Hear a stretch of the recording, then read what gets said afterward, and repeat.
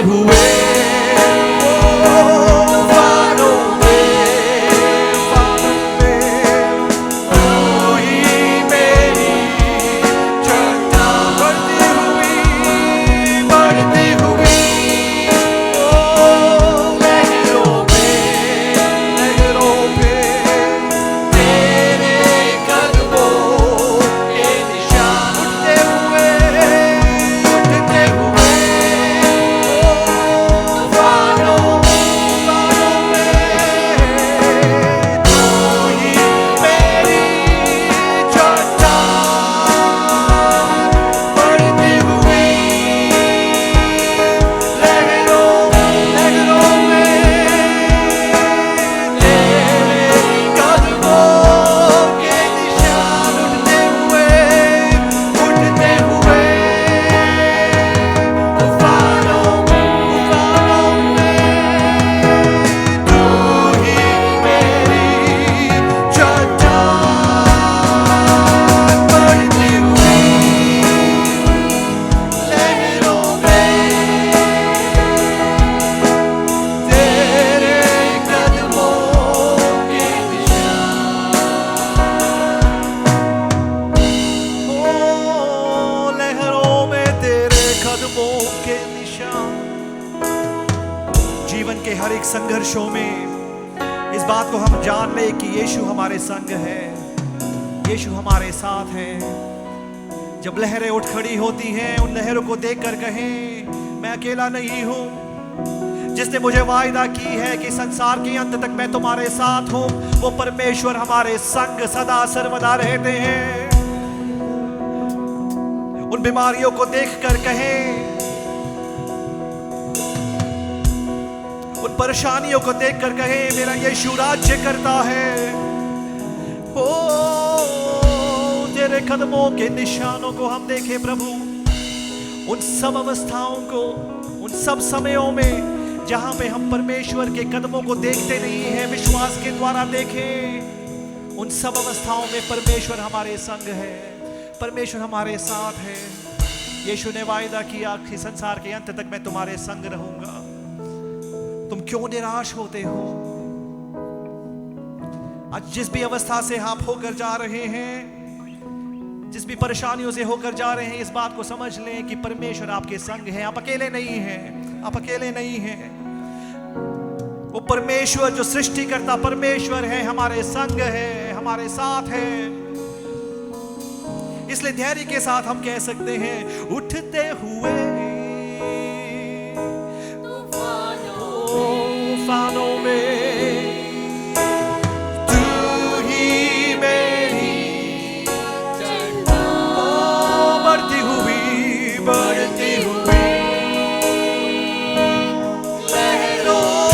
लहरों पे तेरे कदमों के निशान उठते हुए तूफानों में तू ही मेरी चट्टान बढ़ती हुई लहरों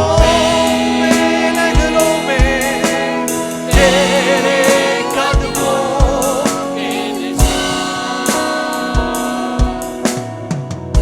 यीशु के कदमों के निशानों को देखें, उन बढ़ती हुई लहरों में यीशु के कदमों के निशान आपके साथ सर्वदा बनी रहती हैं।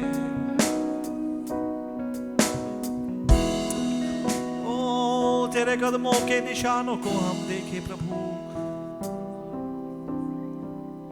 इसलिए हम डरते नहीं हैं। हम कहते हैं डरने की क्या बात है,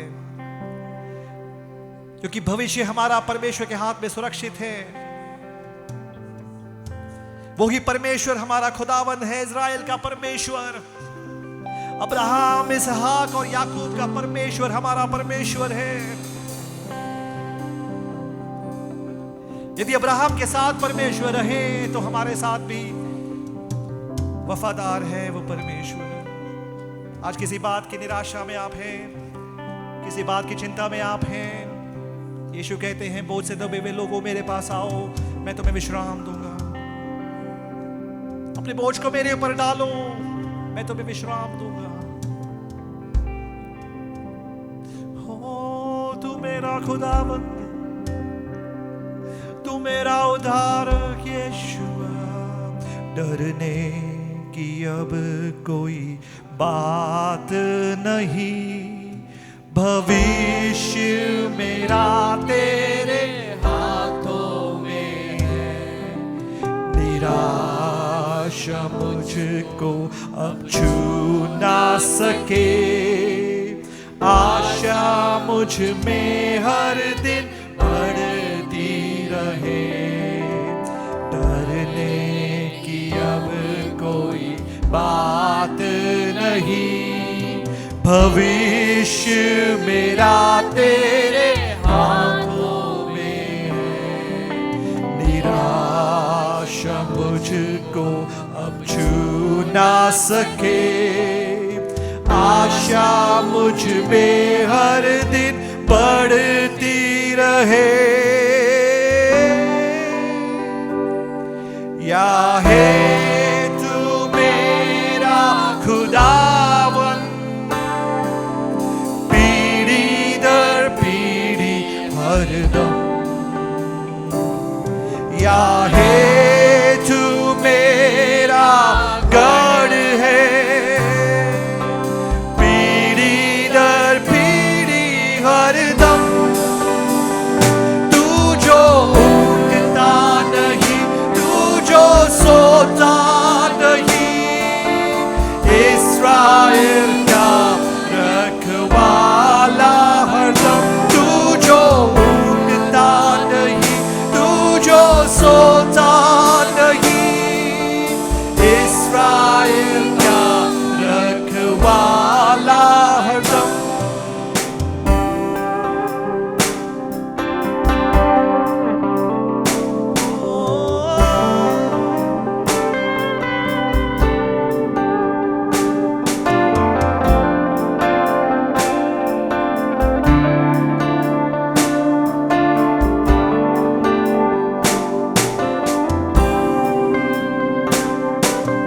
मृत्यु का भय अब ना सताए, शत्रु के बंधन सब टूट जाए। मृत्यु का भय अब ना सताए, शत्रु के बंधन सब टूट जाए। मृत्यु पर जय पाया, शत्रु पर हरा दिया, सर्वशक्तिमान है मेरा प्रभु। मृत्यु पर जय पाया, शत्रु को हरा दिया, सर्वशक्तिमान है मेरा प्रभु। या है तू मेरा खुदावन, पीढ़ी दर पीढ़ी हरदम। या है तू मेरा गढ़ है, पीढ़ी दर पीढ़ी हरदम। तू जो उठता नहीं, तू जो सोता नहीं, इस्राएल का रखवाला हरदम। तू जो उठता नहीं, तू जो सोता नहीं, इस्राएल का रखवाला हरदम।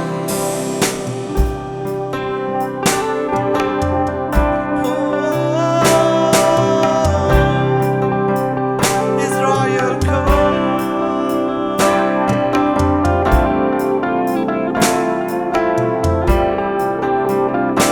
यीशुआ।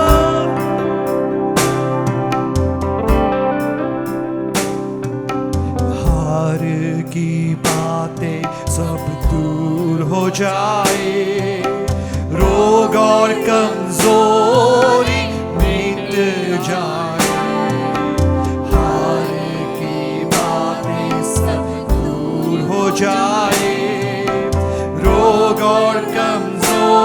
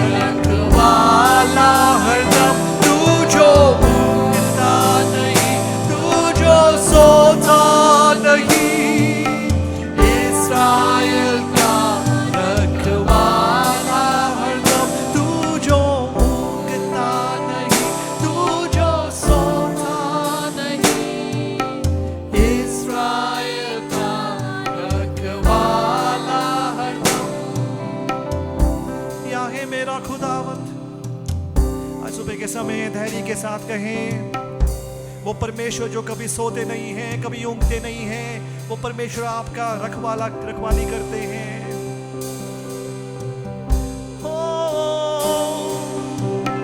यहोवा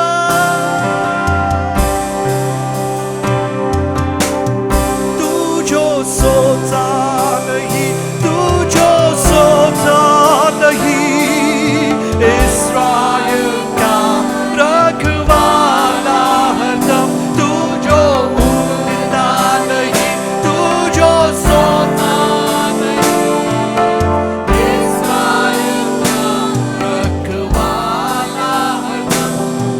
याहे तू मेरा खुदावन। जिंदगी के सामने जब आंधी और तूफान हमारे सामने आ खड़ी होती है, उस समय हम हिम्मत हार जाते हैं, हमारा विश्वास में कमी आ जाती है, हम सवाल करने लगते हैं, परमेश्वर आप कहां पर हैं? Where are you, O God? I don't see you working in my life. आपके कार्य को मैं देख नहीं पा रहा हूं। हम कई बार ये सवाल उठाते हैं। आज सुबह के समय परमेश्वर की आत्मा हमसे कहती है, वो परमेश्वर जो ना ऊँघते हैं ना सोते हैं, वो आपकी रखवाली करते हैं। सदैव सर्वदा आपके साथ रहने वाला परमेश्वर वो है। और इसलिए आज की सुबह के समय हम ये प्रार्थना कर रहे हैं, परमेश्वर अपने पंखों के तले मुझे छुपा दे। Hide me under your wings, O God. Cover me, Lord. सर्वशक्तिमान के छाये में जब हम रहते हैं, परमेश्वर के सुरक्षित हाथ हमारे साथ रहता है। प्रार्थना करें, परमेश्वर अपने पंखों के तले मुझे रखे। जब समुद्र जैसी बाधाएं मेरे सामने आ खड़ी हो, मैं डगमगाऊं ना प्रभु, आपके ऊपर अटूट भरोसा रख पाऊं। An unshakable faith in you, O God. Unshakable trust.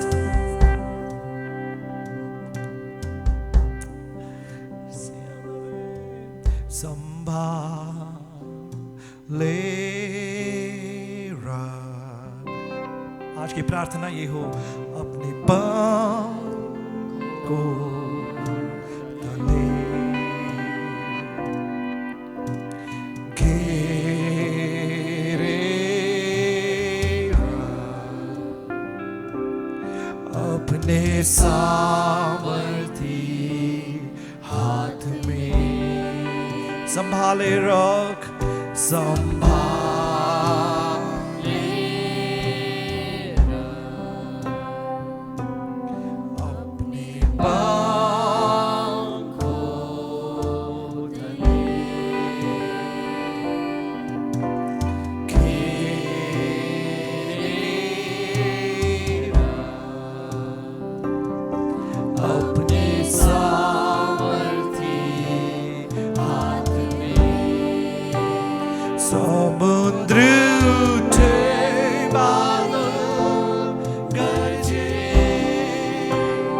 आंधियों के ऊपर मैं उड़ूं, जल प्रलय में भी तू है राजा, मैं स्थिर रहूं, जानूं तू है खुदा, मैं स्थिर रहूं, जानूं तू है खुदा।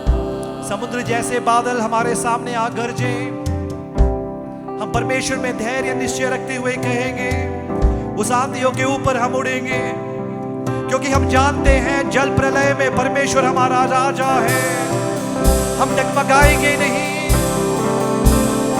परंतु हम उस परमेश्वर पर भरोसा रखकर कहेंगे कि वो परमेश्वर सदा सर्वदा हमारा राजा है, वो परमेश्वर सदा सर्वदा हमारा खुदा है।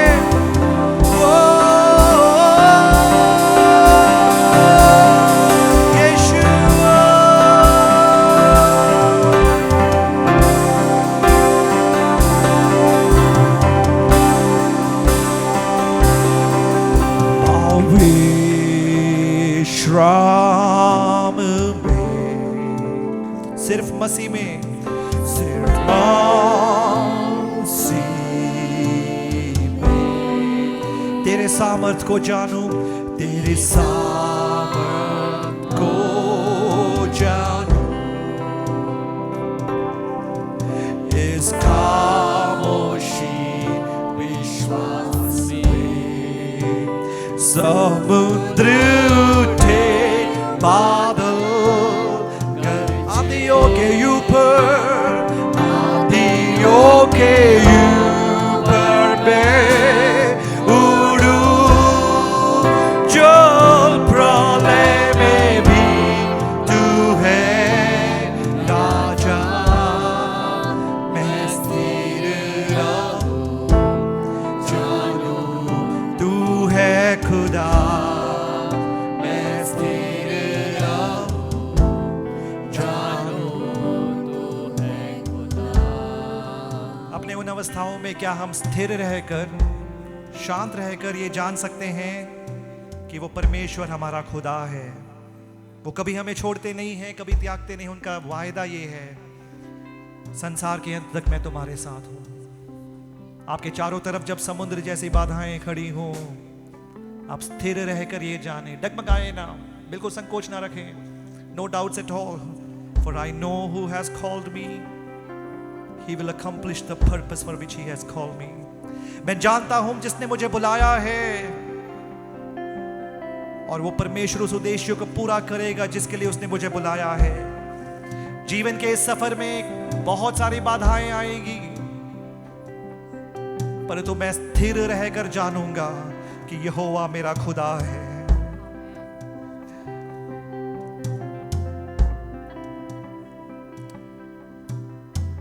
कुछ देर हम उन सब बाधाओं को जरा सोचें, उन सब बाधाएं, वो सब मुश्किलातें आपके सामने जो खड़ी हुई हैं,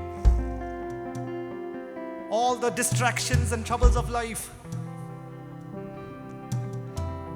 जो आपको परमेश्वर से अलग करने की कोशिश कर रहे हैं, जहां पे आप संकोच कर रहे हैं, you're doubting him, doubting the power of Jesus। आज एक निर्णय लें, जल प्रलय में भी प्रभु तू राजा है, इसलिए मैं स्थिर रहकर, शांत रहकर मैं ये जानूंगा कि तू मेरा खुदा है। And I will be still and I will know that you are God, you are God। वचन में लिखा है कि मनुष्य क्या है कि परमेश्वर तो उसकी सुधि लेता है। सर्वशक्तिमान परमेश्वर हमारी और हमारी अपने नजर क्यों डाले?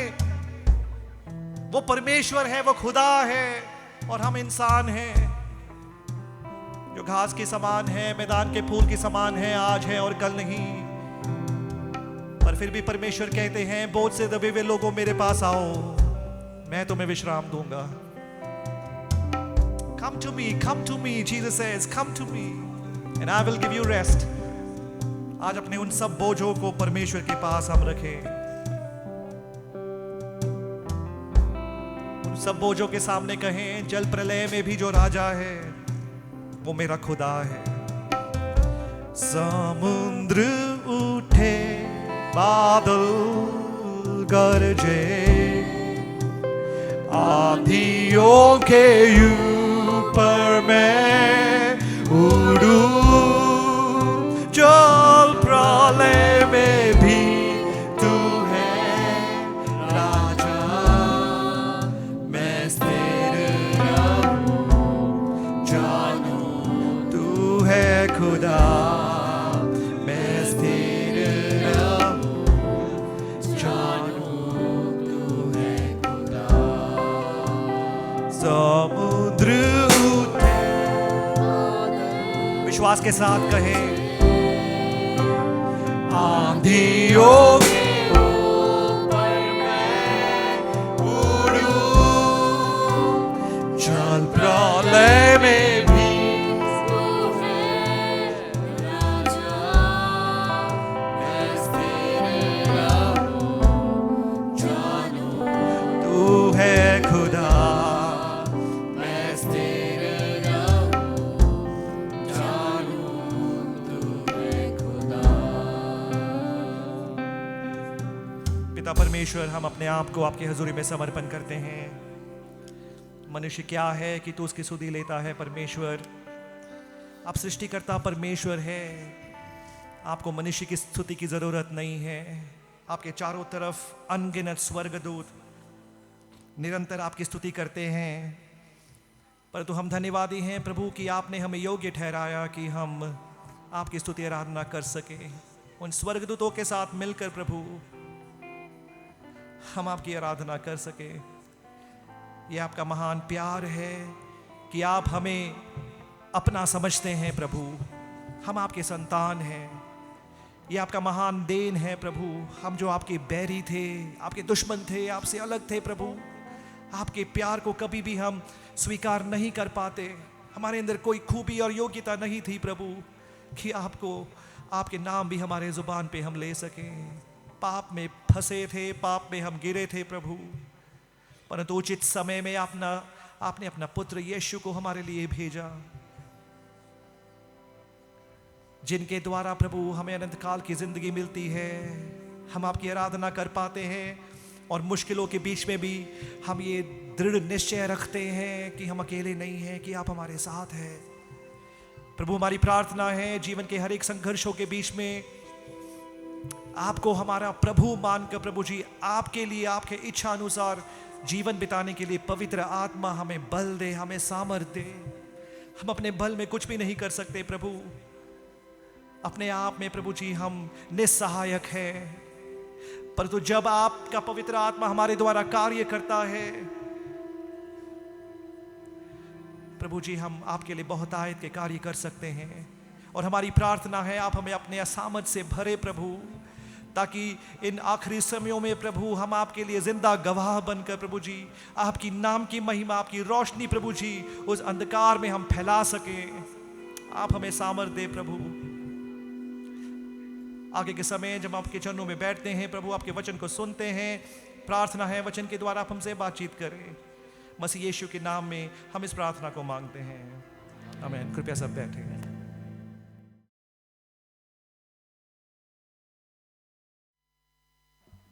सबको जय मसीह की, जय मसीह की। परमेश्वर को मैं धन्यवाद देता हूँ ये समय जो परमेश्वर ने मुझे दिया है, ये अवसर जहाँ पर हम सब लोग आज के दिन विशेष तौर पर पाम संडे के तौर पर हम मना रहे हैं। इसकी खासियत को हम समझने जा रहे हैं और परमेश्वर की ओर जो हमारा विश्वास है, हमारा लगाव है, मेरी प्रार्थना है आज की आराधना के द्वारा और अधिक बढ़ने पाए। जैसे अक्सर हम करते हैं, वचन में जाने से पहले हम वचन को पढ़ते हैं। मेरी आपसे आग्रह है कृपया आप अपने स्थानों में खड़े रहें, खड़े हो जाएं और हमारे लिए वचन को पढ़ेंगे। भाई दीपक मरकुस रचित सुसमाचार उसके 11 अध्याय 1 आयत से लेकर 11वीं आयत तक। मरकुस रचित सुसमाचार 11 अध्याय the gospel of mark chapter 11 1 आयत से लेकर 11वीं आयत तक हमारे लिए पढ़ा जाएगा।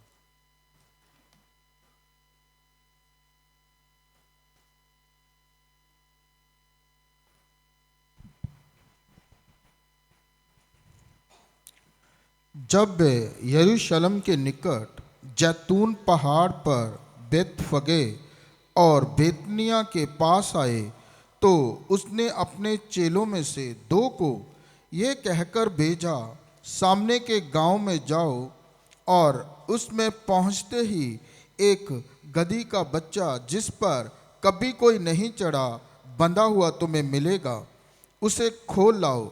यदि तुमसे कोई पूछे ये क्यों करते हो तो कहना प्रभु का इसका प्रयोजन है, प्रभु को इसका प्रयोजन है और वह शीघ्र उसे यहाँ भेज देगा। उन्होंने जाकर उस बच्चे को बाहर द्वार के पास चौक में बंधा हुआ पाया और खोलने लगे। उनमें से जो वहाँ खड़े थे कोई कोई कहने लगे, ये क्या करते हो, गदही के बच्चे को क्यों खोलते हो? जैसा यीशु ने कहा था वैसा ही उन्होंने उनसे कह दिया। तब लोगों ने उन्हें जाने दिया। उन्होंने बच्चे को यीशु के पास लाकर उस पर अपने कपड़े डाले और वह उस पर बैठ गया। तब बहुतों ने अपने कपड़े मार्ग में बिछाए और औरों ने खेतों में से डालियां काट काट कर फैला दी। जो उसके आगे आगे जाते और पीछे पीछे चले आते थे, पुकार पुकार कर कहते जाते थे, होसैना, धन्य है वे जो प्रभु के नाम से आता है, हमारे पिता दाऊद का राज्य जो आ रहा है धन्य है, आकाश में होसैना। वह यरूशलेम में पहुंचकर मंदिर में आया और चारों ओर सब वस्तुओं को देखकर बारहों को के साथ बेतनिया गया, क्योंकि सांझ हो गई थी। आमीन। परमेश्वर के वचन के पढ़े और सुने जाने में परमेश्वर में आशीष दे। कृपया अपने स्थानों में बैठें। आज का दिन मसीही चरित्र में, मसीही कलीसियाओं में एक बहुत एक विशेष दिन है और हम सब जानते हैं इसको। मैंने इसका हिंदी तर्जुमा देखने की कोशिश की। किसी को पता है आज का दिन what do we call it in Hindi? Palm Sunday? Hindi में भी पाम संडे है? हाँ, खजूरी एतवार, खजूरी एतवार, लिटरल ट्रांसलेशन खजूरी एतवार। कई लोग मनाते हैं, कलीसिया में आज भी कई लोग वो पाम ब्रांचेस, लीव्स लेके आए हैं मनाने के लिए। पूरे संसार पे लोग इस दिन को मनाते हैं, परंतु कई बार जैसे उस समय में लोग इस दिन की खासियत को नहीं समझते थे, वैसे ही आज के समय में भी लोग इस दिन की खासियत को नहीं समझ पा रहे हैं। जब मैं इस दिन की खासियत को देख रहा था, मैं जब स्टडी कर रहा था, मैंने इस बात का एक कंक्लूजन में मैं आया कि उस समय में लोग जिस प्रकार पाम संडे को जैसे मिसअंडरस्टैंड की, गलत तरीके से पाम संडे को समझा, उसी तरीके से आज भी, आज का समय में भी उसी प्रकार गलत तरीके से हम उस पाम संडे को समझते हैं। उसकी अहमियत हम नहीं समझ पाते हैं। ये पाम संडे था क्या, वो हम समझ नहीं पाते। तो आज के सुबह के समय मेरा कोशिश ये होगा कि मैं आपको बताऊं कि ये पाम संडे, कुछ चंद समयों में ये पाम संडे की अहमियत क्या है और ये पाम संडे मेरे और आपके जीवन में इसकी ज़रूरत क्या है और हम क्यों इस चीज़ को मनाते हैं, इस दिन को मनाते हैं। 1936 में इंग्लैंड में एक राजा, किंग एडवर्ड 8, उस राजा के सामने एक चुनाव था। चुनाव ये था, नहीं तो आप अपने राजगद्दी को पालो, नहीं तो आप उस स्त्री से जिससे आप प्यार करते हो उसको पालो। There was a big unthinkable choice that he had to make, either the love of your life or the crown that you want to have. बहुत सोच समझने के बाद जब जो डिसीजन राजा ने लिया, पूरे संसार में लोग स्टंड हो गए। कहने लगे कि एक छोटी सी मामूली सी बात जो प्यार है, प्यार के कारण इतना बड़ा अधिकार, इतनी बड़ी राजगद्दी को उसने तिरस्कार कर दिया। For such a thing as ordinary as love, why would you reject a throne of the kingdom? परंतु कई सालों से पहले, उससे कई साल पहले एक और ऐसा ही बदलाव हुआ।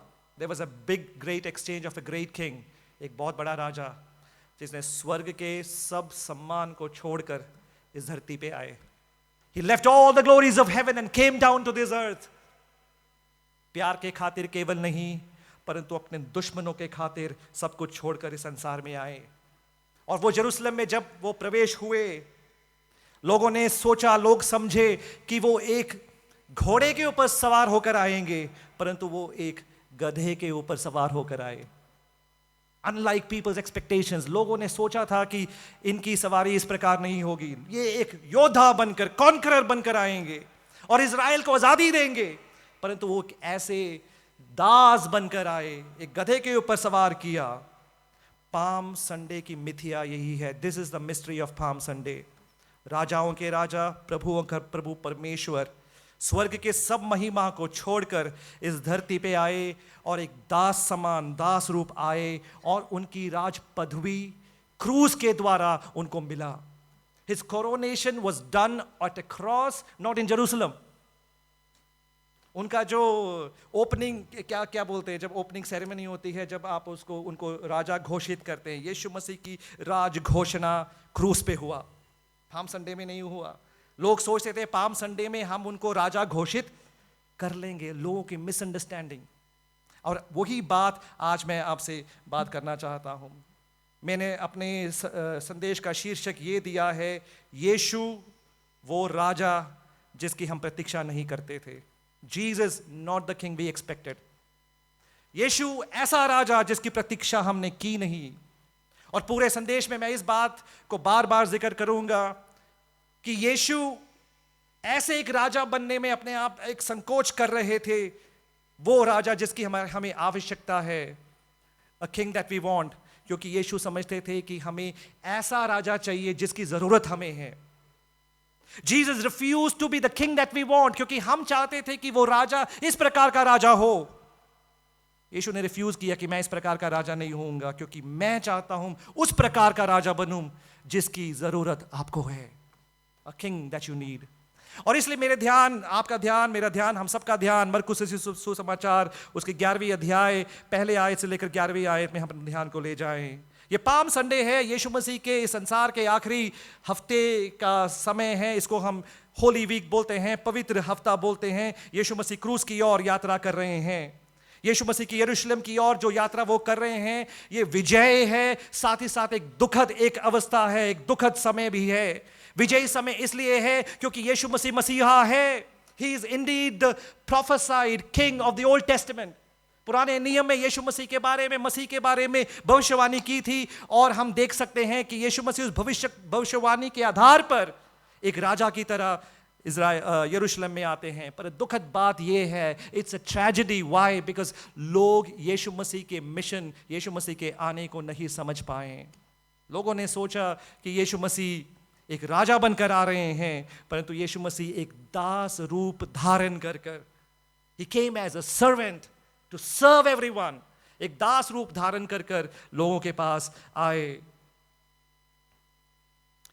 आज के इस पद्यांश के पृष्ठभूमि को यदि हम देखें, इस पद्यांश के एक पद्यांश पहले, 1 यूनिट बिफोर दिस, हम देख सकते हैं यीशु मसीह एक अंधे बर्तिमाई को चंगाई देते हैं। और उस कहानी के आखिर में बर्तिमाई कहते हैं, हे दाऊद के राजा, सन ऑफ डेविड, दाऊद का पुत्र, दाऊद का पुत्र, ओ सन ऑफ डेविड, एक रॉयल टाइटल। और यीशु मसीह ने वही टोन, वही टाइटल को ध्यान में रखते हुए अपना प्रवेश यरूशलेम की ओर कर रहे हैं राजा की तरह। हे दाऊद के संतान, राजा दाऊद के संतान होना चाहिए, मसीहा दाऊद के संतान होना चाहिए। So Jesus is using that title that Bartimaeus declared about him and sets a tone to come and enter into Jerusalem. यीशु यरूशलेम में प्रवेश होते हैं। फसह का पर्व है, हम जानते हैं फसह के पर्व साल में एक बार मनाते हैं। पूरे दुनिया के जो भी यहूदी लोग हैं यरूशलेम में एकत्रित होते हैं।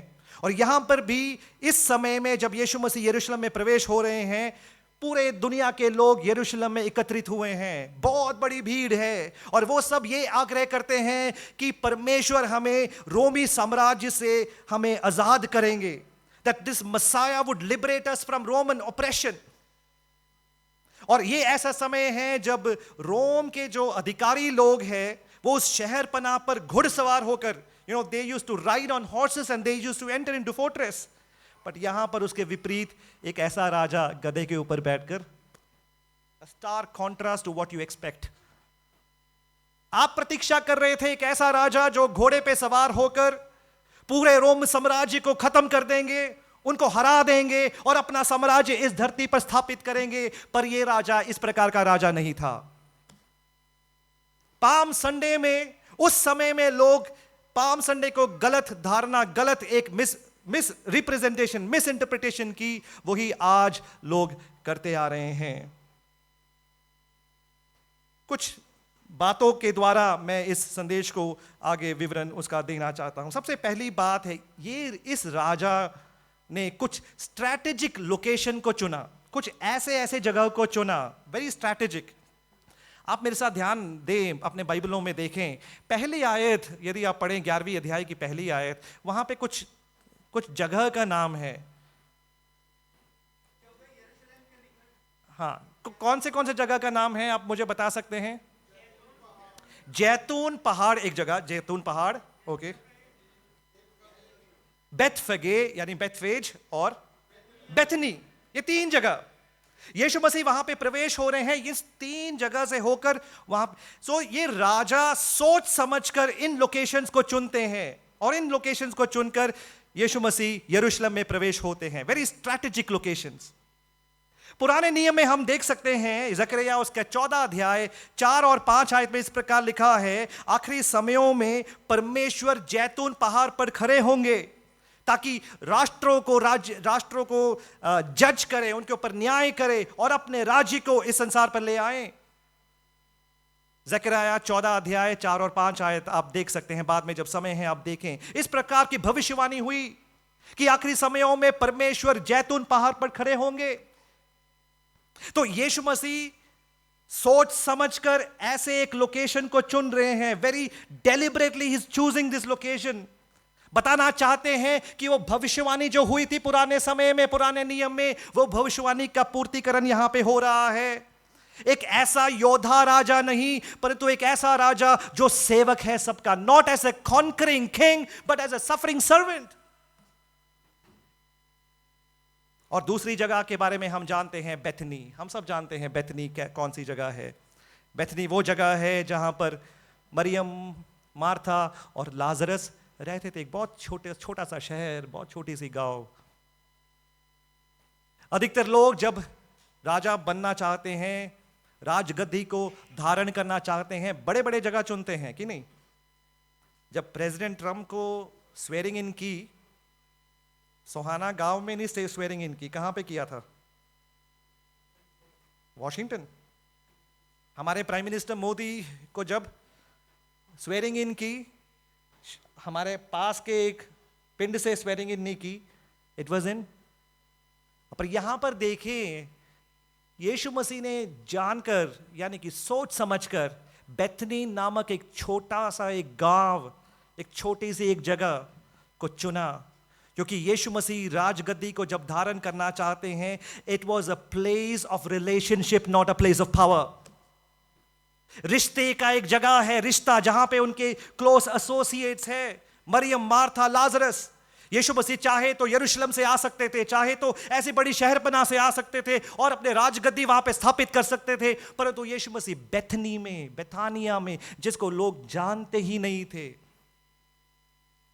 So Jesus is King's strategic location हम देख सकते हैं। और तीसरा जगह है बेथफगे।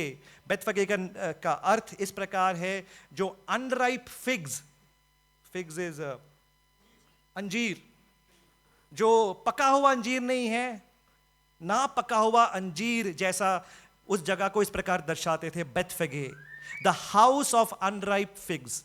ऐसा घर जहां पे ना पका हुआ अंजीर है। हम समझते हैं इसके अगले दिन यीशु मसीह उस अंजीर के वृक्ष को देकर क्या किया? उसको श्रापित किया। He cursed that fig tree that was fruitless.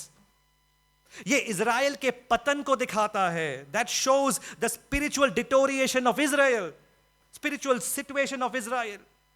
हम देखते हैं कि यीशु मसीह ऐसे ऐसी जगह को चुनते हैं, ऐसे ऐसे जगह जो कभी हमने एक्सपेक्ट ही नहीं किया था, जो कभी हमने सोचा ही नहीं था। पूरे बाइबल में देखें, परमेश्वर ऐसे ऐसे जगह से काम करते हैं। आप देख सकते हैं यीशु मसीह का जन्म कहां पर हुआ? कहां पर हुआ? कहां पर हुआ? बैतलहम में। कहां पर हुआ? एक गौशाले में, अ मेंजर। ऐसे ऐसी जगह को यीशु मसीह चुनते हैं, परमेश्वर चुनते हैं, जहां पे उसकी महिमा को वो दिखा सकते हैं। यीशु मसीह के मृत्यु के समय में उनके पास एक कब्र तक नहीं था, किसी का मोल लिया हुआ कब्र, अ बोरोड टूम्ब। किसी के बोट में खड़े होकर यीशु मसीह चमत्कार करते हैं, अ बोरोड फिशिंग बोट। और यहां पे देख सकते हैं किसी का गधे को यीशु मसीह इस्तेमाल कर रहे हैं, परमेश्वर इस्तेमाल करते हैं। बोलने का मतलब, बोलने का तात्पर्य यह है कि परमेश्वर के राज्य बहुत बड़े उल्लास और हर्ष और बहुत बड़े दिखावा, ह्यूमन शो ऑफ और pomp and show, it doesn't work in that way, it works in obedience. परमेश्वर को यदि काम करना हो, हमारे आज्ञाकारिता को परमेश्वर देखता है।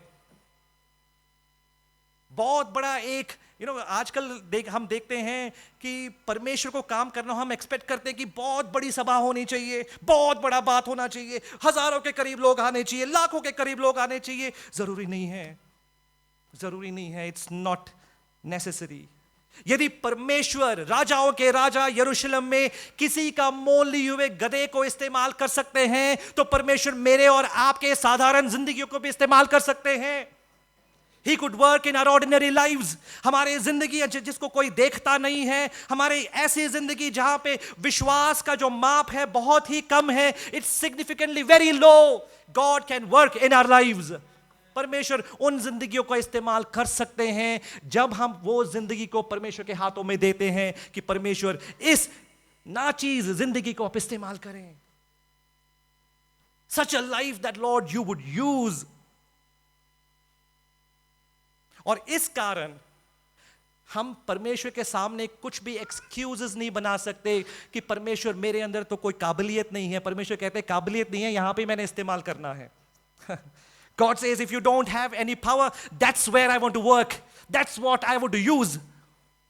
कई बार हम कहते हैं परमेश्वर मेरे को तो कोई जानता नहीं है, मेरे स्फीयर ऑफ इन्फ्लुएंस बहुत कम है, मैं बहुत सारे लोगों को जानता नहीं हूं, कैसे आप मुझे इस्तेमाल करोगे? परमेश्वर कहते हैं वहां पे मैंने आपको इस्तेमाल करना है।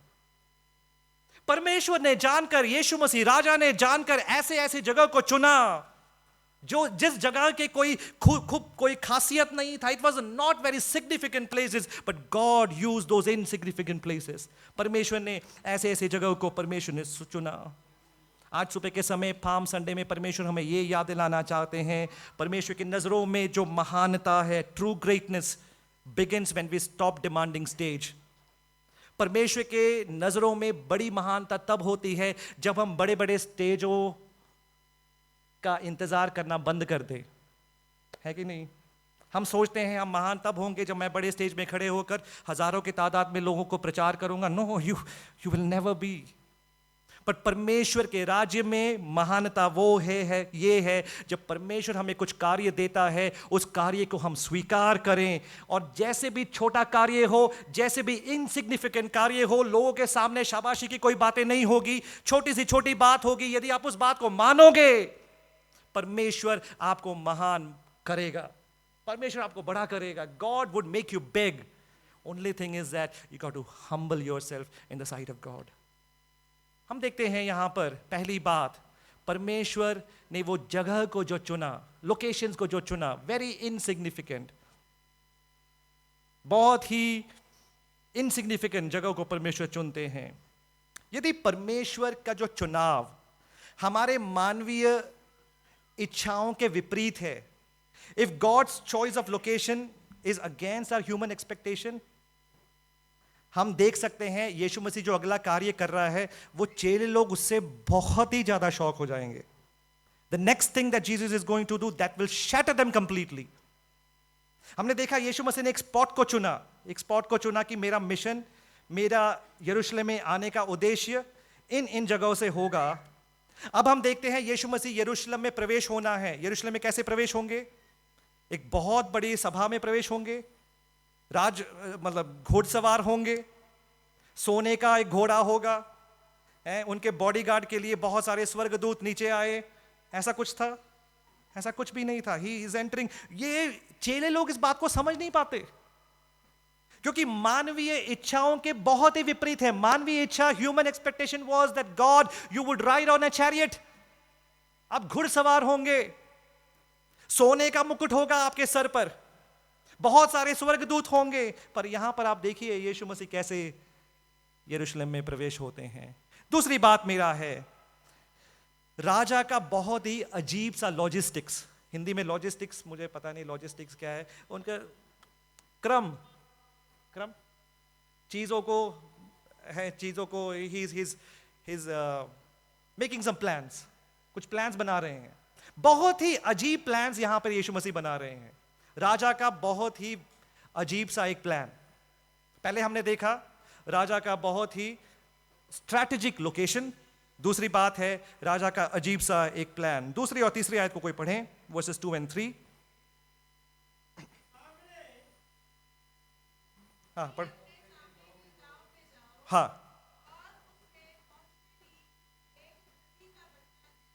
हाँ हाँ हाँ हाँ।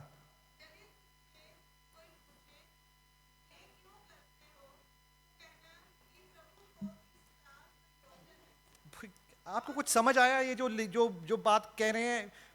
मैं इस बात को समझ नहीं पाए। मैं ये जब पढ़ने के बाद मैंने अपने आप को उस जेलों में डाल दिया और मैंने कहा, प्रभु कहना क्या चाहते हो? What really do you want to say? What do you intend to say? आप कहना क्या चाहते हैं? यहां पे यीशु मसीह एक प्लान दे रहे हैं, एक बहुत अजीब सा एक प्लान। और एक अजीब सा प्लान ये है कि मानवीय तौर पर, पहली बात है मानवीय तौर पर इट्स वेरी अनसर्टन, मुझे पता नहीं कहां जाना है। पर स्वर्ग के दृष्टिकोण से, फ्रॉम डिवाइन पर्सपेक्टिव, परमेश्वर वहां पे बहुत ही स्पष्ट रीति से कहते हैं तुम्हें जाना कहां पर है।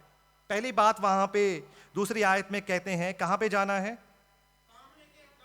सामने के गांव में जाओ। सामने के गांव में जाओ, बता दिया सामने, वेरी एग्जैक्ट। कई लोग, मैंने ऐसे प्रचार सुना है, कई लोग ऐसे कहते हैं, यीशु मसीह ने उनको ऐसे ही कह दिया कहीं भी चले जाओ, सामने के गांव। और सवाल उनका ये होगा कि सामने गांव कौन सा गांव? अरे पता है सामने गांव कौन सा होगा? 78 के आगे कौन सा होगा? 79 होगा, 79 के आगे 80 होगा, सामने गांव। It's very exact. Yeshu Masih ने उनको पता है जाना कहां पर है, वेरी एग्जैक्ट। केरला में ऐसा होता है, जब किसी की एड्रेस पूछना होता है कि कौन कहां पे रहते हैं, हम ऐसे कहते हैं मिस्टर थॉमस के घर के पास एक कलीसिया, एक चर्च बना हुआ है, चर्च के सामने कुछ ऐसा जो हदिया चढ़ाने वाले, हम उसको बोलते कुर्शमूड बोलते हैं, यानी कि क्रॉस का एक कोना, उसके पास का जो दूसरा घर। Very exact, very precise. यहां पे सिर्फ कहा कि सामने वाले गांव में आप जाओ, कोई स्ट्रीट साइंस नहीं है, सामने वाले गांव में जाओ। गूगल मैप भी नहीं है हमारे आजकल के समय की तरह, क्योंकि परमेश्वर के चेले लोग ना नजरों से चलते हैं परंतु विश्वास से चलते हैं। We not to walk by sight but we got to walk by faith. शायद हो सकता है इसलिए परमेश्वर ने कहा कि विश्वास के साथ जाओ जहां पे मैं तुम्हें भेज रहा हूं। और कोई बैकअप प्लान नहीं है। आप सोच के देख, कोई बैकअप प्लान नहीं है। यदि आप कोई गलत गांव में चले गए, वहां पे आपने एक गधे को देख लिया, उसको उठा के ले, no backup plan, no plan B donkey. Plan B donkey है नहीं, प्लान सी नहीं है, प्लान ए, एक ही प्लान है। वहां पे आपको जाना है, उस गधे को लेना है, लेके आना है। कलीसिया मैं आपको बताना चाहता हूं, परमेश्वर के जो गाइडेंस है, परमेश्वर के जो आपके जीवन के प्रति जो परमेश्वर आपको मार्गदर्शन देते हैं, वो कदम ब कदम देते हैं, स्टेप बाय स्टेप गाइडेंस देते हैं। उनको पहले ये नहीं बताया कि ये गधा है, इसको देख लो, और ये गधा इस गांव में है। पहले क्या बताया? तुम पहले क्या करो? उस गांव में जाओ, वहां पे तुम क्या देखोगे? परमेश्वर जब कार्य करते हैं, हम एक कदम ब कदम, हम चाहते हैं प्रभु पूरा बता दे अगले 30 साल में क्या होने वाला है। परमेश्वर कहते नहीं, नहीं, फिर तो विश्वास खत्म है। यदि हमें परमेश्वर ने अगले 30 साल के बारे में बता दिया, 30 साल में, अगले साल में ये होने वाला है, 5 साल के बाद ये, 15 साल के बाद ऐसा, उसके बाद कई लोग ये इस भविष्यवाणी सुनना बड़ा पसंद करते हैं। परमेश्वर कहते नहीं, 30 साल के बारे में नहीं बताया, अगला कदम कल क्या होने वाला है उसको देखो, उसके बारे में आप ध्यान रखो। परमेश्वर ने उनको गधा नहीं दिखाया, पहले जगह में जाने के लिए कहा। बाइबल में हम ऐसे कई सारे लोगों को देखते हैं। नूह को परमेश्वर ने नूह को बोला कि एक जहाज को बनाओ। नूह ने जिंदगी में कभी भी बारिश को देखा है? कभी नहीं देखा, कभी बारिश को नहीं देखा। पहले कहा पहला स्टेप करो। नूह कैसे? परमेश्वर बारिश होता क्या है, कैसे, पानी क्या, सब कुछ समझ नहीं आ रहा, पर क्या? परमेश्वर कहते पहले जहाज को बनाओ, मेक एन आर्क। और उसके बाद वो क्या करें? परमेश्वर वहां पे पानी भेजते। अब्राहम की जिंदगी के बारे में पता है, कंफर्ट जोन में, ऊर में रह रहे हैं, बिजनेसमैन है, इंडस्ट्रियलिस्ट है, व्यापारी है, बहुत धनवान है। परमेश्वर कहते निकलो यहां से, एक जगह में मैं तुम्हें भेजना चाहता हूं, वहां पे जाओ। परमेश्वर जगह कैसे होगा? ऊर से अच्छा होगा, बड़ा होगा, धनवान मैं रहूंगा, पैसे कम हो जाएंगे, कैसी? जाओ जाओ, विश्वास। यहां पर भी हम यही देखते हैं कि परमेश्वर उनको बता रहे तुम जाओ, पहले go to that next place, उनको भेजते हैं। और उसके दूसरी आयत में हम देखते हैं, पहली आयत अगर आपको लगता है परमेश्वर थोड़े से he was not very clear, दूसरे आयत में बहुत क्लैरिटी के साथ कहते हैं लॉजिस्टिक्स में। दूसरी आयत में क्या क्लैरिटी दिया है, आप पढ़े मेरे साथ दूसरी आयत। सामने के गांव में जाओ, हाँ और उसमें पहुंचते ही हाँ, पहुंचते ही एक गदही का बच्चा, हाँ, जिस पर कभी कोई नहीं चढ़ा, क्लैरिटी दिया है यहां पे, स्पष्ट बता दिया कि तुम्हें एक ऐसे गधी का बच्चा दिखेगा क्या, जिसके ऊपर कोई नहीं चढ़ा और बंधा हुआ तुम्हें मिलेगा। Very precise, very clear, very strange. मैंने कई ऐसे प्रचार भी सुने हैं, लोग कहते हैं गधे के ऊपर, इतना नम्र एक एनिमल गधा। हम उस जमाने के गधे को आज के जमाने के गधे के साथ तुलना करते हैं। वो गधा उस समय का, आज का भी समय का गधा होगा नहीं था। मैं जब आप जब उसको इवैल्यूएट करते हैं, उस समय का गधा आज के मर्सिडीज बेंज की तरह है, एक बहुत बड़ा ट्रक की तरह है, क्योंकि वो गधा उस तरह का था। हम गधे को गधा मतलब it's like a very insignificant animal for us, but it was not कोई इनसिग्निफिकेंट एनिमल नहीं, it was a valuable animal, बहुत वैल्यूएबल है। ऐसे प्रचार सुने जो कहते हैं कि बहुत इनसिग्निफिकेंट एनिमल, तुच्छ जानवर नहीं था गधा, तुच्छ जानवर बिल्कुल नहीं था। क्यों मैं कहता हूं, इजराइलियों के जो पादरी साहब ने पहले कहा, जब इजरायली लोग के समय में राजा लोग गधों पे सवार होकर चलते थे, गधे में भी सवार होते थे। That was kind of a royal imagery. यदि आप गधे के ऊपर सवार हो रहे हैं, आप कहना चाहते हैं कि आप एक राजा हैं, आप ये नहीं कहना चाहते कि आप एक दास है। ऐसे प्रचार सुना होगा आपने, दास है, दास रूप नहीं, वो एक राजा के समान है। और हम देख सकते हैं, उन्होंने कहा जब सुलेमान जब राजा बना था, दाऊद के गधे के ऊपर सवार होकर अपने राजगद्दी को उसने लिया।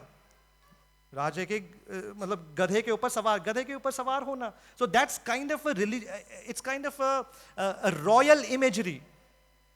एक शाही एक चित्र को दिखाते हैं। और साथ ही साथ हम देख सकते हैं जो गधे के ऊपर सवार होना, गधा मतलब है इट्स काइंड ऑफ एक रिलीजियस कॉनोटेशन भी है, रिलीजियस। मेरे साथ निकाले गिनती की किताब 19 अध्याय उसकी 2 आयत, गिनती 19 अध्याय 2 आयत।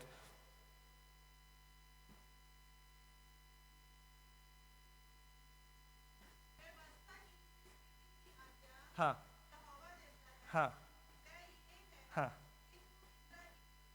हाँ हाँ हाँ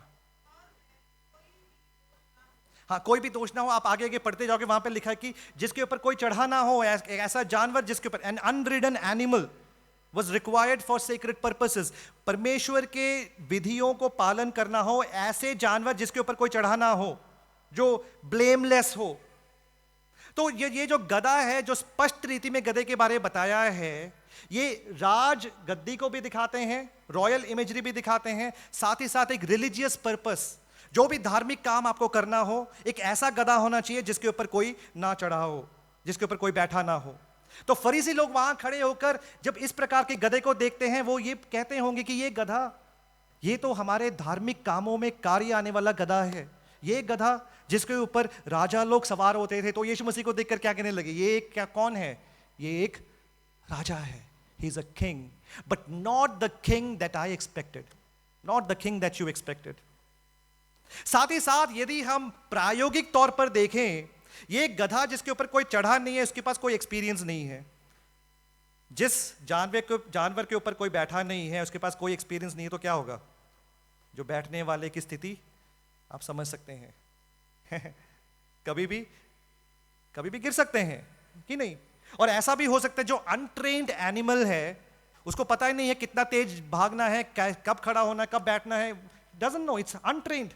कभी बहुत तेज चल रहे होंगे, तो कभी आगे चलने के लिए कतराते होंगे, फ्रोजन होंगे, तो उनको इट्स अनट्रेन्ड। और देखो परमेश्वर के स्ट्रेंज लॉजिस्टिक, बहुत अजीब प्लान परमेश्वर का। मैंने एक्सपेक्ट किया था परमेश्वर कम से कम 20 साल एक्सपीरियंस्ड एक गधे को आप क्या करोगे परमेश्वर कहते नहीं, an untrained animal he is using. और ऐसा भी हो सकता है, आप सोच के देखो कि ऐसा गधा जिसको कभी ट्रेन नहीं किया है और वो वहां पर सवार हो रहे हैं, सोच के देखो अगर उसने मिसबिहेव किया होता, यीशु मसीह की कितनी शर्मिंदगी होती वहां पर, क्योंकि ट्रेन्ड है ही नहीं। और यीशु मसीह इस्तेमाल कर रहे हैं ऐसे ऐसे गधों को ही is using such kind of a mule.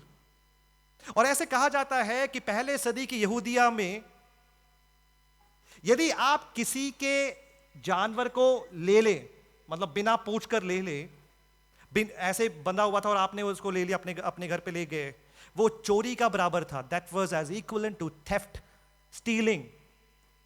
और ऐसा कहा जाता है कि यदि आपने एक गधे को चोरी की, आपको 4 भेड़ वापस देना होता था। Restitution was made by giving 4 sheeps. चेले लोग यदि ये काम करेंगे, बहुत आसान नहीं था। मैं और आप सोचते हैं बस जाना था और उस रस्सी को निकाल कर, अरे लोग उनको मार देते हैं वहां पर। क्यों? क्योंकि चोरी कर रहे हैं। ह्यूमिलिएशन, सोशल शेम, सामाजिक तौर पर कहेंगे अरे चोर। यीशु मसीह के चेले कौन थे? चोर, चोरी करने जा रहे हैं। ऐसे भी कह सकते थे कि वहां पे उनके ऊपर दंड होता, दंड की आज्ञा होती। यदि मैं और आप सुखदाई, सेफ, आराम, विश्वास के खोजी हैं, वो गधा अभी भी वहां पे बंधा होगा। क्योंकि मैं और आप यही चाहते हैं कि हमारा विश्वास क्या हो? कोई कुछ ना बोले, सुरक्षित हम उसको अपने, है कि नहीं? हमारा विश्वास इस प्रकार का विश्वास है। We keep our faith so safe. If you do that, आपका गधा वहां पे अभी भी बंधा होगा। It will be tied there. कई कबार जब हम परमेश्वर की आज्ञा मानते हैं, शर्मिंदगी का सामना करना पड़ता है। Your most embarrassing obedience. और वो एक ऐसा कारण हो सकता है जिसके द्वारा परमेश्वर अपनी महिमा ले सकते हैं। जब आप परमेश्वर की आज्ञा को, शर्मिंदगी के द्वारा परमेश्वर की आज्ञा को मानते हैं, परमेश्वर के ऊपर जब विश्वास करते हैं, शर्मिंदगी का सामना करना पड़ता है, वो ही एक ऐसा साधन है जिसको परमेश्वर अपने राज्य की महिमा के लिए इस्तेमाल करते हैं। तो यहां पर मैं देखता हूं कि चेले लोग को परमेश्वर ने एक असाइनमेंट दिया, एक कार्य दिया, और चेले लोग वहां पर खड़े हुए हैं। चेले लोग गए, बात को माना, वहां पे पहुंच गए। मैं अपने अनुमान ऐसे लगाता हूं, उस गांव में पहुंच गए, गधे को भी देख लिया। अब यहां पर एक चुनाव है। They have to make a choice. और चुनाव ये है, एक पहला चुनाव है, बात को मानो और अपने आप को गधा समझो, है कि नहीं? कि लोग बोलेंगे अरे फूलिश, रिस्क बीइंग ए फूल। बात को मानो एंड रिस्क बीइंग ए फूल। और दूसरी बात है कि आंखों को बंद करो, किसी को पता नहीं चला, परमेश्वर को बोल देंगे, परमेश्वर पूरा देखा, ढूंढा, कहीं नहीं मिला, और वापस आके तो परमेश्वर प्लान बी वहां पे बना देंगे। सो डिसाइपल्स, चेले लोग वहां पे खड़े होके उस जानवर को ऐसे देख रहे हैं, और उनके हाथ में कुछ भी नहीं है। परमेश्वर ने कोई तलवार, कोई बंदूक नहीं दिया कि कोई आए उनको तलवार से खत्म कर देना, बंदूक से मार देना, कुछ भी नहीं। एक स्लिप दिया है, परमिशन स्लिप। और दुनिया के सबसे अजीब एक परमिशन स्लिप। क्या परमिशन स्लिप है? कोई पूछे तो क्या बोलना? अरे ये क्या? मैं सोच रहा था प्रभु आप बोलेंगे कि मैं राजाओं के राजा, मैं यहोवा परमेश्वर, मैं ऐसा, मैंने भेजा। कुछ नहीं, किसी ने पूछ लिया तो बोल देना प्रभु ने। रिस्क नहीं है। It's a risk, it's a risk that they have to take. एक ऐसा रिस्क। मैं सोच रहा हूं वो उस गधे के सामने खड़े होके अपने पूरे मन में लॉजिकली पूरा प्लान बना रहे हैं, पूरा सोचा जाएं ना जाएं, और कहते ये तो कभी काम होने नहीं वाला है, this will never work. They been logically thinking about it, ये कभी हो ही नहीं सकता है। यदि हम उस गधे को खोल दे तो हमारा जान जोखिम में होगा। परंतु अगले जो 3 आयतों में लिखा है, जब विश्वास के द्वारा उन्होंने उस रस्सी को खोल दिया, उनके विश्वास को परमेश्वर ने सम्मान दिया। When through faith, by faith, they opened up the rope, they touched that rope, God rewarded their faith. God rewarded their faith. अगली बात की ओर हम जाएं, 4 आयत से लेकर 6वीं आयत तक। जल्दी मैं समाप्त करूंगा। 4 आयत से लेकर 6वीं आयत तक, वहां पे हम परमेश्वर की प्रभुता को देखते हैं। 4 आयत से लेकर 6वीं आयत तक पढ़े।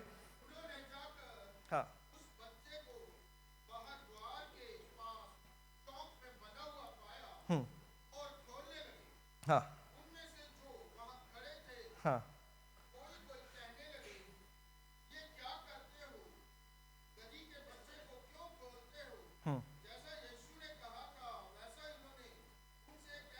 हाँ, हाँ, अब यहां पे हम देखते हैं उन्होंने ऐसा कर दिया। मैं वहां पे ये नहीं देखता कि तीसरी बात है राजा की प्रभुता। पहली बात हमने देखा राजा के जो जगह की चुनाव बहुत स्ट्रेंज है। दूसरी बात देखा परमेश्वर राजा के स्ट्रेंज लॉजिस्टिक्स। तीसरी बात हम देख रहे राजा के बहुत ही सरप्राइजिंग एक सॉवरेनिटी, यानी कि परमेश्वर के प्रभुता। बहुत सरप्राइजिंग प्रभुता है, परमेश्वर प्रभु है। कैसे हम देख सकते हैं? यहां पे मैं ये नहीं देखता कि चेले वहां पे डिबेट कर रहे हैं, कोई आर्ग्यूमेंट कर रहे हैं, कुछ डिबेट वहां पे हो रहा है। नहीं तो उनमें से एक चेला खड़े होकर कहते हैं कि पहले मैं प्रार्थना करता हूं, परमेश्वर से कुछ चिन्ह लेता हूं, फिर कंफर्मेशन हो जाएगा कि परमेश्वर ये कह रहे हैं। और वहां पे ये नहीं कहते चलो 3-4 जनों को और बुला लेते, कमेटी बना देते हैं, मैं सेक्रेटरी, तुम प्रेसिडेंट, ट्रेजरर, कमेटी बनाते। कमेटी ने जो डिसाइड किया वो ही, they don't do that। ऐसे नहीं कर रहे हैं। और वो ऐसे भी नहीं कह रहे कि ये गधा बंधा हुआ है, कहीं और चले जाते हैं, वहां से गधे को लेकर हम आ जाते हैं। No negotiation. यीशु मसीह के वो जो कमांडमेंट है, यीशु मसीह के जो अनुशासन, जो इंस्ट्रक्शंस हैं, उसके ऊपर आंखें बंद कर कर उन्होंने उसके ऊपर कार्य किया। They acted on Jesus as strange। बड़ा अजीब सा एक इंस्ट्रक्शन, एग्जैक्टली जैसे परमेश्वर ने दिया था। मैं आपसे आज कल इसे कहना चाहता हूं, कई बार हम विश्वास को थियोरिटिकल बनाते थे। विश्वास, मैं समझता हूं विश्वास क्या है, परंतु कई बार विश्वास ऐसा होता है हमारे मानवीय समझ, मानवीय सोच से भी विपरीत विश्वास के कई कदमों को मुझे और आपको लेना पड़ता है। Many times we limit faith to be just a theory। चेले लोग के पास ये एक टेस्ट आया जब परमेश्वर ने कहा, यीशु मसीह ने कहा जाओ उस गधे को, और इन अदर वर्ड्स कहा, मैं अपने भाषा में बोलूं, ऐसे कहा कि जाओ चोरी करके ले आओ। अरे विश्वास का परखना कई बार बहुत अजीब होता है। और वहां पर परमेश्वर ने एक बहाना भी दे दिया, बोल दिया कि तुम कहो कि प्रभु को इसकी जरूरत है। यदि वो उस बात को मानेंगे उनका बहुत निंदा होगा, बहुत कुछ होगा, परंतु तभी आपका विश्वास परखा जाता है, तभी आपका विश्वास सही विश्वास है जब हम उन बातों को समझते नहीं हैं, परंतु उस बात के अजीबता होने के बावजूद भी आप उस बात पे अपने कार्य करने लग जाते हैं। विश्वास यही है। आपको समझ नहीं आती, you do not understand, but in spite of any human logic you just act upon it, and that is faith. जैसे इब्राहिम से कहा कि इब्राहिम जाकर अपने बच्चे को बलिदान चढ़ा ले। इब्राहिम के पास बहुत सारा लॉजिक है। इब्राहिम बोलेंगे परमेश्वर जो आपने दिया तो आप क्यों लेंगे, ये दिया तो किसने है, आपने दिया है, यू हैव गिवन इट। यदि आप दे सकते हैं तो आप इसकी बलिदान कैसे मांग सकते हैं, ये तो शैतान की आवाज है। मैं और आप जल्दी ढूंढ लेंगे, शैतान का आवाज है, ये परमेश्वर का आवाज हो नहीं सकता है। इब्राहिम का टेस्ट यही था। इब्राहिम ने आंखें बंद कर कर विश्वास किया, विश्वास किया। पतरस के बारे में हम जानते हैं, यीशु मसीह को देखा कि पानी में चल रहे हैं, पतरस ने कुछ नहीं देखा, सिर्फ यीशु को देखा और उस पानी में चल पड़े, उस पानी में चल पड़े। ह्यूमन लॉजिक, मानवीय तर्क लगाकर देखे तो उस पानी में चले तो डूब जाऊंगा मैं, पर आंखें बंद की, विश्वास लिया और आगे बढ़ा। इस पाम संडे में कलीसिया मैं आपको बताना चाहता हूं, कई बार उस राजा की योजनाएं दुनिया के लिए अजीब हो सकते हैं। The plan of the king can be foolish for this world, but when you act upon it, God would reward you। जब आप उस अजीब परमेश्वर की योजना पे अपने कार्य करने शुरू कर देते हैं, परमेश्वर आपको सम्मान देता है। परमेश्वर, उसकी गवाही यहां बैठे हुए बहुत सारे लोग हैं, बहुत सारे लोग हैं। मानवीय तर्क के द्वारा आप कभी भी इस विश्वास में नहीं आ पाते, परंतु आपने जब परमेश्वर ने आपको बुलाया, आपने उस बुलाहट को स्वीकार किया और आज आप इस विश्वास में हैं। क्या परमेश्वर ने आपके जीवन में कोई सम्मान नहीं दिया है? क्या परमेश्वर की विश्वास योग्यता आपके जीवन में बड़ा नहीं है? और हम देख सकते हैं 5वीं आयत में लिखा है, आसपास के लोग खड़े होकर पूछने लगे कि ये तुम क्या कर रहे हो। जो सवाल उन्होंने उस समय पूछा वो सवाल आज आपसे भी पूछते हैं लोग। जब आप विश्वास में आते हैं, लोग आपसे पूछते हैं ये अजीब सी बात तुम क्या कर रहे हो, क्यों इस विश्वास में आ रहे हो, क्यों इतना कुछ परमेश्वर के राज्य के लिए दे रहे हो, क्यों इस प्रकार की आज्ञाकारिता परमेश्वर के लिए दिखा रहे हो। मैं उनके जवाब को जब मैं सुनता हूं, उनके जवाब की सिंप्लिसिटी को सुनता हूं, मेरे हाथ खड़े हो जाते हैं। When I look at the simplicity of their defense, क्या कहते हैं वो? प्रभु को इनकी जरूरत है बस। आज मुझे मेरे और आपसे लोग कई सारे सवाल पूछते हैं। उस समय जब उनसे सवाल पूछा, उन्होंने मोल लिए हुए गधे का एक थियरी नहीं वहां बताया, एक थियोलॉजी नहीं बताई, थियोलॉजी ऑफ बोरोड डोंकी। कोई आर्ग्यूमेंट नहीं, कोई डिबेट नहीं। ये नहीं कहा कि इस आइंस्टाइन ने इस प्रकार कहा था, इस थियोलॉजियन ने ऐसा कहा था, इस थियोलॉजी ऐसा वैसा बहुत बड़ा एक सरमन नहीं वहां सुनाया। एक वर्ड बोला, क्या बोला? प्रभु को इसकी जरूरत है। मेरे से भी आज लोग सवाल पूछते हैं, आजकल सवाल पूछते हैं। जब मैं सवाल को देखता हूं, मैं ये कहता हूं, ये ब्लेसन सैमुअल नहीं कह रहा है, प्रभु ने यों कहा, प्रभु ने यों कहा, यही वहां पे समाप्त है। मैं अपने तर्क को नहीं लगा रहा हूं, तर्क को नहीं बता रहा हूं। यीशु ने ऐसा कहा कि मार्ग सत्य जीवन मैं ही हूं। ब्लेसन सैमुअल ने यही बात कह रहा है। चेलों ने यही बात वहां पर की और उसकी 6वीं आयत देखते हैं, और उन्होंने उस गधे को, अरे कोई तर्क नहीं लगाया वहां पर, कोई पुलिस को नहीं बुलाया, कोई असमंजस में नहीं हुए। जब उन्होंने सुना कि प्रभु ने इसको पूछा है, प्रभु को इसकी जरूरत है, क्यों? क्योंकि प्रभु ने पहले से ही उन मालिकों के हृदय को बना दिया था, प्रिपेयर कर रहे, तैयार कर रहे थे। नीति वचन उसके 21 अध्याय और उसकी पहली आयत में लिखा है। मैं वहां का चमत्कार ये नहीं, गधा एक चमत्कार नहीं था उस जगह पे। उस जगह का चमत्कार था, पहली बात वो चमत्कार था, वो चेले जो विश्वास के द्वारा आज्ञा मानने के लिए तैयार हुए, अपने विश्वास, अपने जिंदगी को जोखिम में रखा और तैयार हुए कि परमेश्वर की बातों को माने। और दूसरा चमत्कार था जब वो मालिक उस बात को मानकर उसको समर्पण करने के लिए तैयार हुए। जब परमेश्वर आज्ञा देता है, परमेश्वर प्रावधान भी करता है। When God commands, God supplies। हम देख सकते हैं उस विधवा के जीवन में, जब विधवा ने अपने उस कुप्पी में जब तेल भरते रहे तो क्या हुआ? वो तेल कभी खत्म नहीं हुई, भरता गया हम देख सकते हैं। और काना की शादी में हम देखते हैं, जब उस गड्ढे में पानी डाला, जब सेवक लोग डालते रहे और वो गड्ढा बढ़ता गया, इट केप्ट ऑन। जब परमेश्वर आज्ञा देते हैं, परमेश्वर सप्लाई भी करते हैं। When God commands, God supplies। एक ही बात हमें करना, विश्वास के द्वारा उस आज्ञा का पालन। पाम संडे में मैं आपको रिमाइंड कराना चाहता हूं, इस पाम संडे में आपको ये याद दिलाना चाहता हूं, जब प्रभु ने आपको कोई आज्ञा दिया है, विश्वास के द्वारा उस आज्ञा को माने। और आखिरी बात और हम समाप्त करेंगे, 7 आयत से लेकर 11वीं आयत। हाँ,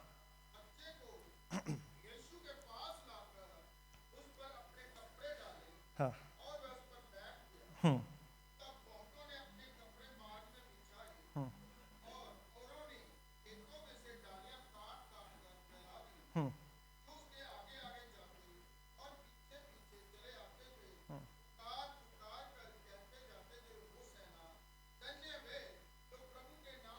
और यहां पे हम देख सकते हैं कि अजीब सी, एक व्यक्ति को राजा बनाना, ऐसा नहीं राजा बनाते हैं। यहां पे देखो, एक व्यक्ति को राजा बना रहे हैं। यीशु मसीह का थ्रोन क्या है, उनकी राजगद्दी क्या है, किसके ऊपर? वैसे राजा लोग कहां बैठते हैं? उनके राज सिंहासन पर, राजगद्दी पे। उनका राजगद्दी क्या है? गधा। His throne is the donkey there। 7वीं आयत में लिखा है, वो गधे को यीशु मसीह के पास ले आए और अपने कपड़े उस पर बिछाया और वो उस पे राजा बनकर बैठ गए। ये पुराने नियम के भविष्यवाणी की पूर्तिकरण है। जकरिया उसके 9 अध्याय और 9वीं आयत में लिखा है कि देखो मसीहा आएगा और एक गधे के ऊपर सवार होकर आएगा। जब रोमी शासक लोग, रोमी एम्परर्स जब एक जहां पे प्रवेश होते हैं, घोड़ों के ऊपर सवार होकर प्रवेश होते हैं, परंतु यहां पे हम देखते हैं यीशु मसीह गधे के ऊपर सवार होकर प्रवेश हो रहे हैं। दिखाना चाहते हैं, बताना चाहते हैं कि मैं शांति का राजा हूं, मैं शांति का राजकुमार हूं। I am the king of peace, not of conquest.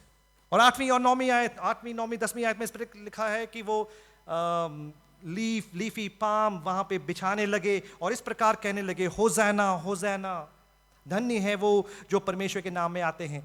भजन संगीता 118, पादरी सामने हमने कहा था कि भजन संगीता 118 वहाँ का एक रेपिटेशन है। दे वर सिंगिंग और हर फसा में ये बात को दोहराते हैं, होज़ैना होज़ैना। उन लोगों ने सोचा कि ये एक ऐसा मसीहा होगा जो आएंगे और यहाँ पर अपना शासन को स्थापित करेंगे और रोमी साम्राज्य को खत्म कर देंगे और उसके बाद यहोवा का एक साम्राज्य होगा। क्योंकि आप देख सकते हैं उसके बाद इस प्रकार, उसके 10वीं आयत पढ़े, 10वीं आयत। हाँ हाँ, हमारे पिता जो दाऊद का राज्य, बहुत एक आयरॉनिकल है, बहुत कहते कि दाऊद का राजा, सोचने लगे कि जो राज्य हमने खो लिया है, the kingdom that we lost, Jesus is going to restore it back. इस प्रकार सोचा, जो राज्य दाऊद का राज्य जो खो दिया था हमने, जिसके ऊपर रोमी अभी राज्य कर रहे हैं, यीशु मसीह उस राज्य को रिस्टोर करेंगे कर सोचा। It doesn't work that way, इस प्रकार नहीं होता है। उन्होंने इस प्रकार सोचा कि परमेश्वर दाऊद के उस राज्य को दोबारा स्थापित करेंगे। उनके एक्सपेक्टेशंस, कल से मैं आपको कहना चाहता हूं, कई बार हम उस यीशु की आराधना करते हैं जिसको हमने अपने बॉक्स में बंद कर दिया है। मेरा एक्सपेक्टेशन, मेरा यीशु मेरे एक्सपेक्टेशन के द्वारा मेरे जीवन में कार्य करेंगे। एक ऐसा यीशु जो हमें समृद्धि की वायदा करते हैं, एक ऐसा यीशु मसीह जो हमें शक्ति देते हैं, एक ऐसा यीशु जो हमारे हर बातों को मानते हैं, पर एक ऐसा यीशु नहीं जो क्रूस की तरफ यात्रा कर रहे हैं। सही चेलेपन वो है जब हम अपने एक्सपेक्टेशंस को, हमारी चाहत को उस परमेश्वर के सामने हम रखें। इवन हमारी चाहत ह्यूमन एक्सपेक्टेशंस के अलग है। 11वीं आयत में बहुत रुचिकर है, वहां पर यदि मानवीय राजा होते, ऐसे समय का फायदा उठाते, यदि मैं उस जगह पर होता, मैं बोलता बड़े सारे लोग मेरे पीछे हो रहे हैं, many people are following me, मैं क्या करता, मैं बोलता हाँ आप सही काम कर रहे हैं, और भी लोगों को बनाओ, और भी बुलाओ, आसपास के लोगों को बुलाओ, आसपास के गांवों के लोगों को बुलाओ, क्योंकि मैं क्या हूं, मैं राजा हूं। परंतु 11वीं आयत में यीशु मसीह क्या कर रहे हैं, पढ़ें 11वीं आयत। हाँ हाँ हाँ, वापस चले गए। नो फैन फेयर, कोई फैन फॉलोइंग नहीं, चुपचाप यरूशलेम में गए, इंस्पेक्शन दिया टेंपल का, मंदिर का, क्योंकि अगले दिन वो मंदिर को क्या करने वाले हैं, साफ करने वाले हैं। पूरा इंस्पेक्शन करने के बाद चुपचाप उसी जगह पर गए जहां से वो आया था, अपने दोस्तों की जगह पर, मरियम, मार्था और Lazarus, to the place of relationship is going back. Jesus not the king that we expect. Yeshu Masih एक ऐसा राजा जिसकी हम प्रतीक्षा नहीं कर रहे थे, हम ऐसा राजा की प्रतीक्षा कर रहे थे जो हमारी हर जरूरत को पूरा करेंगे।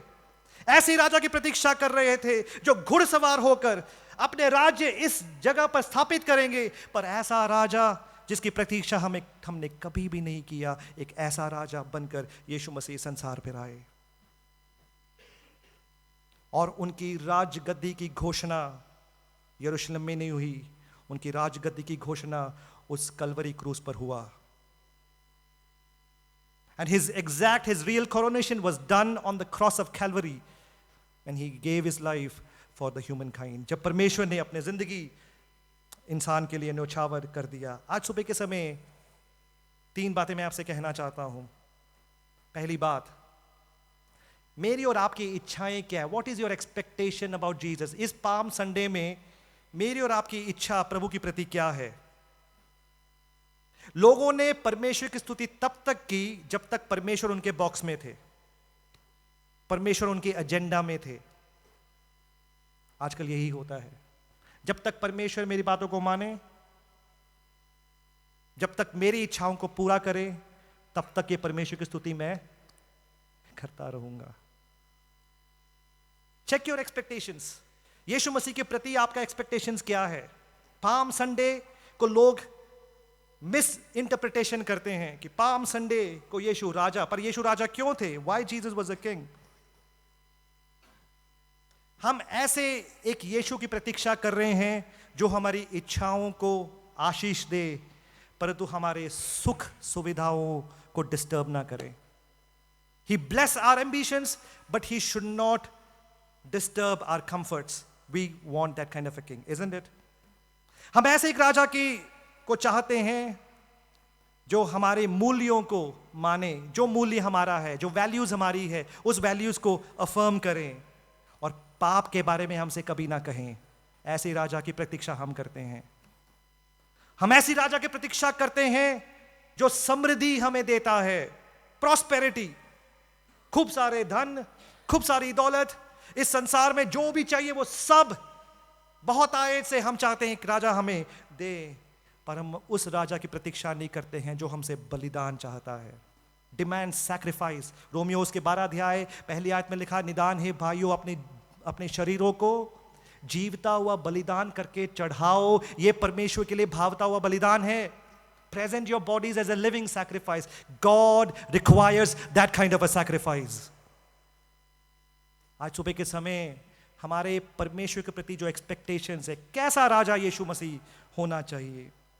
दूसरी बात, कुछ हफ्ते पहले मैंने इस बात को पहले भी कहा था कि चेलेपन का मूल्य, उस चेलेपन के मूल्य को हमें समझने की जरूरत है। The cost of discipleship. वही क्राउड जिन्होंने कहा होज़ैना होज़ैना, वही क्राउड बाद में, वही भीड़ कहते हैं इनको क्या करो, इनको क्रूस पे चढ़ाओ, इनको क्रूस पे चढ़ाओ। उनका विश्वास ऐसा था कि बदलने वाला विश्वास। कई बार मेरे और आपके विश्वास दल बदल करने वाला विश्वास है। यीशु मसीह कहते हैं, पहली बात कहते हैं, यदि कोई मेरा पीछा होना चाहे, पहला बात क्या करे, अपने आप को इनकार करे, डिनाई हिमसेल्फ। अपने आप को इनकार तब आप करोगे जब कोई व्यक्ति माफी का हकदार भी नहीं है, आप उसको माफ, क्योंकि आपका अहम बाहर नहीं आता है। जब तक हमारा अहम बाहर आता है तो हम किसी को माफी, यीशु कहते हैं यदि तुम मेरे पीछा होना चाहते हैं, सबसे पहली बात अपने आप को इनकार करो, माफ करो उन लोगों को जो माफी के हकदार नहीं है। Forgive those people who are unforgivable. और यीशु मसीह कहते हैं संसार तुम्हें घृणा करेंगे क्योंकि उसने पहले मुझे घृणा किया। The world will hate you because it hated me first. यदि आप वास्तविकता में यीशु मसीह का चेला होना चाहते हैं, आप यीशु मसीह के लिए एक कदम उठाना चाहे, उस समय में मैंने कहा when you take a stand for Jesus the world will ridicule you. संसार आपका मजाक उड़ाएगा, संसार बोलेंगे आप क्यों ऐसे चलते हैं, परंतु आप सही मान्यता में आप यीशु मसीह के चेले हो। You are the true disciple of Lord Jesus Christ. और तीसरी बात, और मैं समाप्त करूंगा, यीशु मसीह उस मंदिर में जाते हैं, उस मंदिर को इंस्पेक्शन करते हैं, वहां पे जाकर देखते हैं, अगले दिन जाकर उस मंदिर को साफ करते हैं। मेरा और आपका शरीर परमेश्वर का मंदिर है। बाइबल में लिखा है परमेश्वर का मंदिर मेरा और आपका शरीर है। गॉड ड्वेल्स, परमेश्वर अपने पवित्र आत्मा को मेरे और आपके जीवनों में डाल दिए हैं। पवित्र आत्मा का एक वास है मेरी और आपकी जिंदगी। आप सोच के देखो, पवित्र आत्मा रहने वाली जिंदगी के द्वारा हम क्या क्या नहीं करते हैं। What all we do, we got to cleanse our life. हमारे जिंदगी को साफ करने की जरूरत है। आपने अपने उस मंदिरों को जरा इंस्पेक्ट करें, आप खुद इंस्पेक्ट करें, दूसरे इंस्पेक्ट ना करें, खुद, क्योंकि आप और मैं अपने बारे में सही रीति में हम अपना मूल्यांकन कर सकते हैं। We know exactly who we are. Bhajan Sangita उसके 139 में इस प्रकार लिखा है, भजनकार कहते हैं, प्रभु तू मुझे जान और मेरे हृदय को देख। Search me your God and know my heart. मुझे जान और मेरे हृदय को देख। पवित्र आत्मा को कहे कि पवित्र आत्मा मेरे हृदय, मुझे याद दिलाएं वो सब जगह पे जहां पे मैं चूक रहा हूं प्रभु, वो सब घमंड की बातें जहां पे मैं अपने जीवन के प्रति शाबाशी चाहता हूं, लोग मेरी स्तुति करें परमेश्वर की नहीं, वो सब लोभ की बातें, वो सब ग्रीड की बातें, लोभ की बातें। और कहें, बाइबल में लिखा है पहले यूहन्ना पहले अध्याय और उसकी 9वीं आयत, यदि हम अपने पापों को मानेंगे, वी कन्फेस आवर सिंस, क्या लिखा है, वो विश्वास योग्य है माफी देने के लिए। जब आप अपने हृदयों को परखते हैं, पहचानते हैं, इसके गंदगी को आपको पता चलता है, हम उस अवस्था में नहीं रहते, हम कहते हैं यीशु मसीह आपके लहू मेरे सब पापों से मुझे धोते हैं, मुझे शुद्ध करते हैं। आपके प्रभु जी क्लेंजिंग की जरूरत है। उन सब बातों का पश्चाताप करें। कितने समय में हम प्रार्थना रहित जिंदगी हमने बिताया, प्रेयरलेसनेस इन आवर लाइफ। कितने बार दूसरों के बारे में हमने चुगली की, how many times we gossiped about others. कितने बार हमने परमेश्वर के कार्यों को बहुत मजाक बनाया, बहुत complacency in life, how many times we have done that. Ask the Lord to cleanse us, clean me. ये पाम संडे हर पाम संडे की तरह ना हो।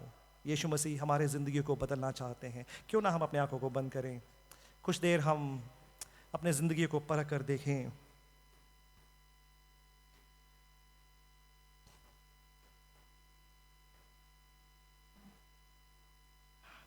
किस अवस्था में आज हमारा जीवन है?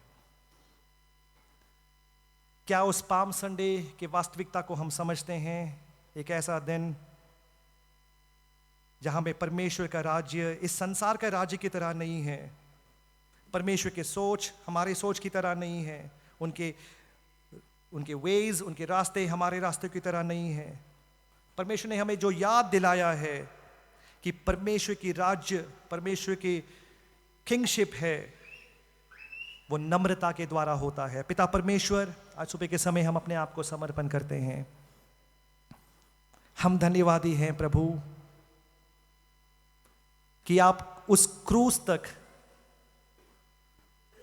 जाने के लिए प्रभु आप तैयार हुए। ये आपका प्रेम का एक निशाना है प्रभु।